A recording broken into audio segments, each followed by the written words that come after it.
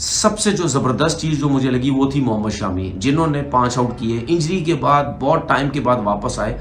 यही बात हम बार बार करते हैं कि हमारे जब प्लेयर्स, पाकिस्तान के प्लेयर्स जब टीम के अंदर आते हैं इंजरी के बाद, वो टोटल अनफिट ही नजर आते हैं। इसको कहते हैं फिटनेस, इसको कहते हैं इंजरी के बाद कोई फिट होके जब वापस आता है, इसको कहते हैं जिस तरह कोई बॉलर अपनी परफॉर्मेंस छोड़ के गया होता है, इंजरी की वजह से टीम से बाहर होता है, जब वो वापस आता है वो वहीं से कंटिन्यू करता है। ये हमने बुमराह में भी देख चुके हैं, हमने आज शामी में भी देखा। किस तरह हम जीतेंगे मुझे ये बता दो। अब मैं ये बताता हूं, रोहित शर्मा 50 की एवरेज ओडीआई में, विराट कोहली की तकरीबन 60 की एवरेज ओडीआई की, शुभमन गिल की 60 की एवरेज ओडीआई की। हमारी टीम की तरह थोड़ी एक प्लेयर की 56 की एवरेज है बस, उसके बाद किसी की 25 है, किसी की 30 है, किसी की 35 है, किसी की 45 है, 40 है।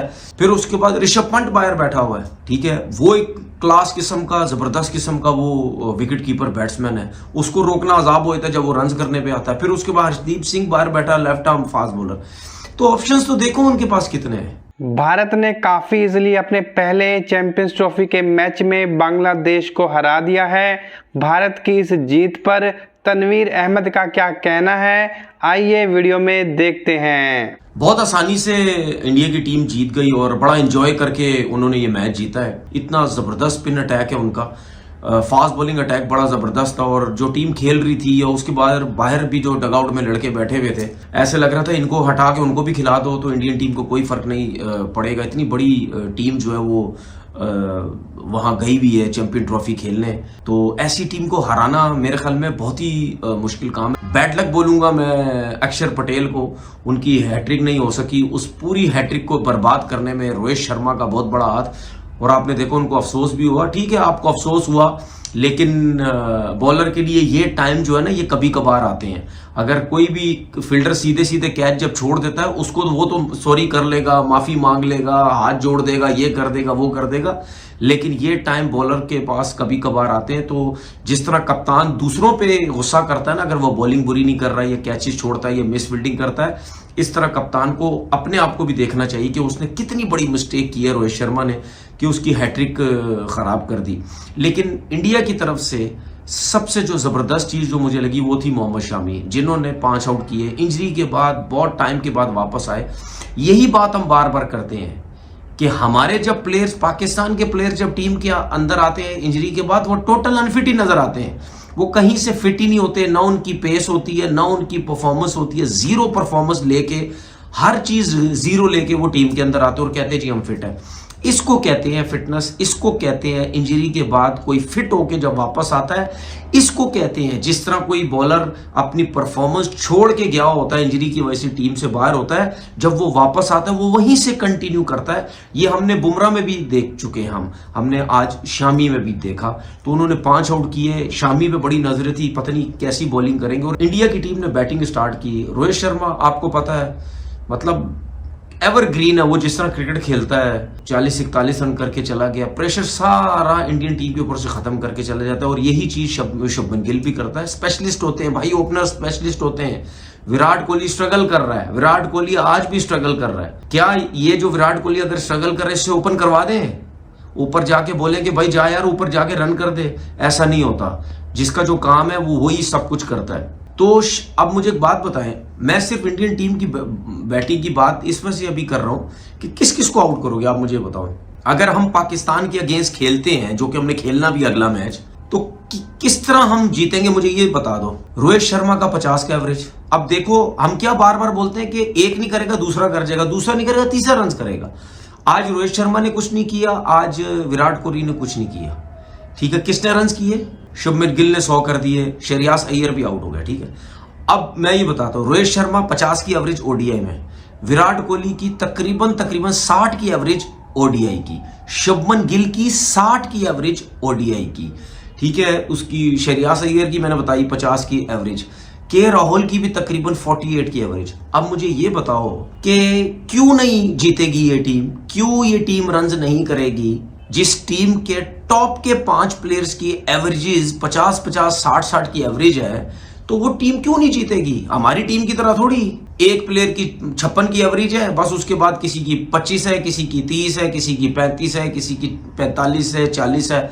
इस तरह, और कंसिस्टेंट भी नहीं है। तो ऐसे जीती जाती हैं टीमें भाई, कि आपके बड़े प्लेयर्स रन्स अगर नहीं करेंगे तो हम करेंगे। उसके बाद नीचे इनके पास आता है हार्दिक पांड्या, जो इस time one of the best allrounder है, आउट भी करता है, रन्स भी करता है। फिर उसके बाद ऋषभ पंत बाहर बैठा हुआ है, ठीक है, वो एक क्लास किस्म का, जबरदस्त किस्म का वो विकेट कीपर बैट्समैन है, उसको रोकना अजाब होता है जब वो रन्स करने पे आता है। फिर उसके बाद हर्षदीप सिंह बाहर बैठा, लेफ्ट आर्म फास्ट बॉलर।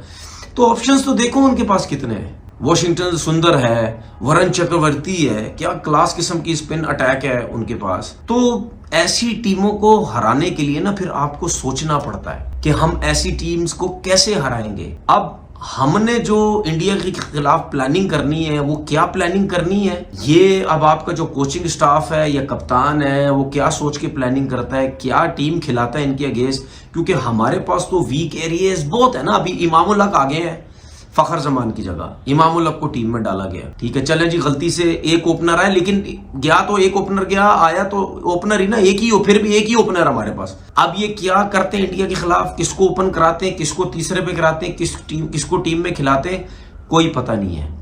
लेकिन जो इंडिया की टीम है भाई, ऐसे ही बैलेंस टीम होती है, आपको कोई सोचने की जरूरत नहीं पड़ती। यही टीम, ज्यादा चांसेस यही है, यही टीम पाकिस्तान के अगेंस्ट खेलेगी। एक आध अगर चेंज हुआ तो हुआ, लेकिन मुझे नहीं लगता कि पाकिस्तान के अगेंस्ट भी यही टीम खेलेगी। आप देखें, शुभमन गिल ने 100 किए, के राहुल ने आई थिंक 41 नॉट आउट किए, 46 या 47 ओवर में किए, कोई जल्दबाजी नहीं की, बिल्कुल सेंसिबल होके क्रिकेट खेलते रहे। फिर अगर के राहुल आउट भी हो जाते, उसके बाद हार्दिक पांड्या थे वो भी आउट हो जाते, तो जडेजा थे इनके पास, फिर ठीक है ना, बैटिंग लाइनअप बहुत थी इनके पास। जीत तो नहीं सकता था बांग्लादेश, लेकिन और शायद 49 ओवर में इस तरह करके, 48 ओवर में इस तरह कोई रन बना देता। लेकिन अगर देखा जाए, उन्होंने चार्ज बिल्कुल नहीं किया, बिल्कुल सेंसिबल इनिंग खेले। तो बड़ी टीम जो है ना वो ऐसे ही क्रिकेट खेलती हैं, और बड़ी टीम जब बड़ा टूर्नामेंट खेलने या जीतने आती हैं तो भाई वो इसी तरीके से ही परफॉर्म करती है। शामी की 5 विकेटें आना पाकिस्तान के लिए कुछ अच्छी न्यूज़ नहीं है, क्योंकि शामी ही अब उनके मेन बॉलर हैं। जब बुमराह उनके पास नहीं है तो शामी के ऊपर रखकर ही वो ज़्यादा खेलते हैं। हर्षित राणा ने 4 की इकॉनमी से रन दिए हैं और 3 विकेट्स उन्होंने भी लिए हैं। 7.4 के ऊपर 3 विकेट्स, 31 रन देकर 3 विकेट्स उन्होंने लिए हैं। क्योंकि मुझे डर लग रहा है, जैसे बल्कि मैंने कल जो शायकीन के साथ बात की वो भी कह रहे हैं कि आप इंडिया पाकिस्तान मैच की बात करते हैं, हमें तो डर ये लग रहा है कि जैसे खेल रहे हैं, खुदा ना खास्ता हम बांग्लादेश से ना हार जाएं। पाकिस्तान के लिए डरने के लिए 2 चीज़ें थी, एक बांग्लादेश का फाइट बैक, दूसरा मोहम्मद शामी की बॉलिंग। उन्होंने पांजा लगाया है और ये पांजा उनके मोराल बूस्टिंग के लिए बहुत है। एक होता है ना फास्ट बॉलर को रिदम मिलना चाहिए, वो इनको मिला है। वरना आपसे पहले मुझे इतना खतरा नहीं लग रहा था मोहम्मद शामी से, क्योंकि मैं मोहम्मद शामी और बुमराह को ऑलमोस्ट एक ही कैटेगरी में लेता हूं। आप वर्ल्ड कप उठा लें 2023 का, वहां पर शामी ने जबरदस्त बॉलिंग की और बुमराह से ज्यादा विकेट्स लिए थे, और बल्कि तमाम सबसे ज्यादा विकेट्स ली थी। हालांकि मैच उन्होंने कम खेले थे, वो तो पांड्या इंजर्ड हो, उनकी जगह पे आके खेले। तो देखा फ्रेंड्स आपने तनवीर अहमद, जिसकी शक्ल को देखकर कहीं ना कहीं ऐसा लग रहा है तनवीर अहमद ये दुआ कर रहा था कि भारत ये मैच हार जाए, क्योंकि जिस तरह पाकिस्तान अपना लास्ट मैच हारा है न्यूजीलैंड के अगेंस्ट, तो पाकिस्तानी ये दुआ कर रहे थे कि भारत अपना पहला मैच हार जाए, उसके बाद पाकिस्तान के कुछ चांस होंगे, शायद वो आगे सेमीफाइनल में क्वालिफाई कर जाए। पाकिस्तान टीम की जीत से ज़्यादा भारत की हार पर खुशी मनाते हैं। तो तनवीर अहमद जो पहले ही परेशान था पाकिस्तानी टीम की परफॉर्मेंस को देखकर, और अब भारत की जीत को देखकर तनवीर अहमद और ज़्यादा परेशान हो गया है। आपको भी इसकी शक्ल देखकर ही आइडिया हो गया होगा। तो पाकिस्तानी ये दुआ कर रहे थे कि भारत शायद पहला मैच हार जाए, लेकिन भारतीय टीम ने पाकिस्तानियों की उम्मीदों पर पानी फेर दिया। तो आपका क्या कहना है इस वीडियो के बारे में, हमें कमेंट सेक्शन में जरूर बताएं। अगर वीडियो अच्छी लगी है तो वीडियो को लाइक करें, शेयर करें। पाकिस्तानी मीडिया की ऐसी मजेदार वीडियोस आपको इस चैनल पर मिलती रहती हैं, उसके लिए चैनल को सब्सक्राइब कर लें, साथ ही साथ बेल आइकन को प्रेस करें। तो मिलेंगे आपसे नेक्स्ट वीडियो में, तब तक के लिए जय हिंद, वंदे मातरम।